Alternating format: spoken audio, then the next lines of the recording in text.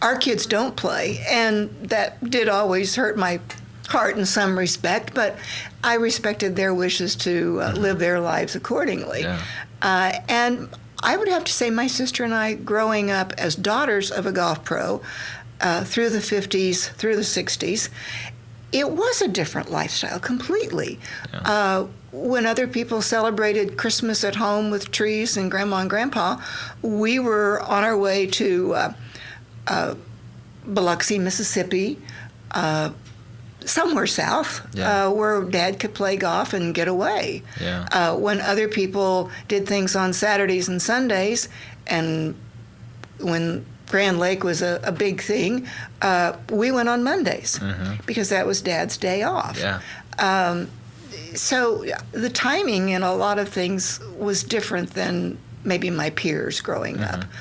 In the summer, I worked starting at age 13, never questioned it. Yeah. And I will say, working in a golf shop, for anybody out there who's ever worked in a golf shop, you learn a lot about humanity. And as much as I would like to say a great deal that's good, you learn a great deal that is sad, let's just say. And it makes me scratch my head over people and how did they ever come to think that? So there I was at 13 facing these people just going, yes, no, yes, oh, yes, oh, really? And they never told good stories, you know? When they would come into the golf shop, it was always, because they always had to do something and say something. And it was a glass countertop, and I would just sometimes think, they're going to go through that someday, or and I would look at the glass countertop where the edges are just going to come apart because it would shake.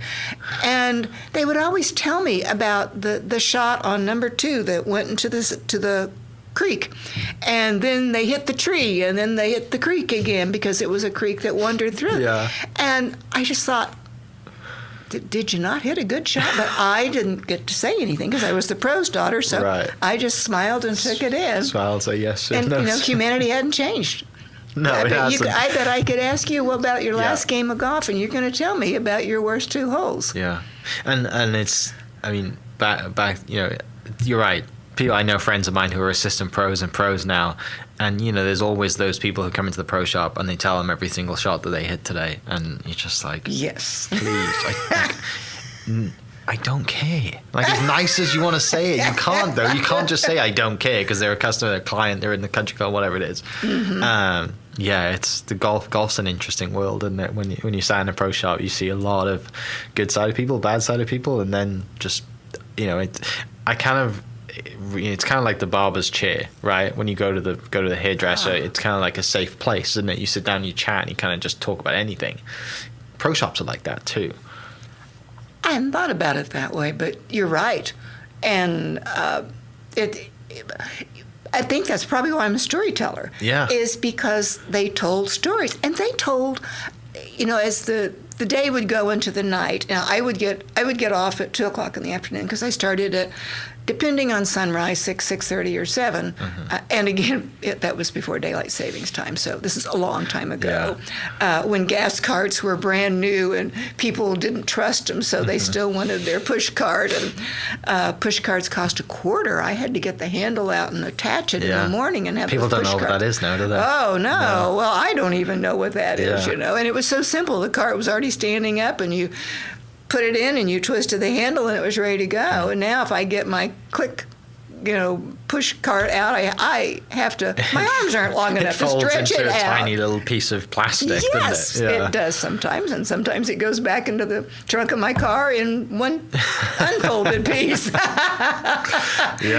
So yes, the times change, but the people haven't changed. And I think that is the curious part. And the reason why we play, I don't know. I've never interviewed people around the world, and I've always been curious. But what is it about golf that is such a connection that drives people? Yeah. I have my answers, but then I look at other people and I'm going, well, why do you play golf? And then I usually just smile because for me, I like the brain part of it. You know, it's a challenge to my mind. And I think because I have gotten older and my brain does not know I've gotten older, my body parts really, really talk to me to remind me. Yeah. But I really think I go out there because it challenges my processing, and it challenges my control of who I am. I mean, why get mad over a missed putt? Yeah. Come on, I'm not a pro. I'm not making any money. In fact, I pay money to miss those putts. But I make more than I miss. Yeah. And that's what people I make a 3-foot putt, and I think it's like winning the lottery. Yeah, it's Christmas. It is. Yeah, and then you pick it up and go to the next, and then you said you're the mental side, you're faced with another one. Yes. And you're like, oh,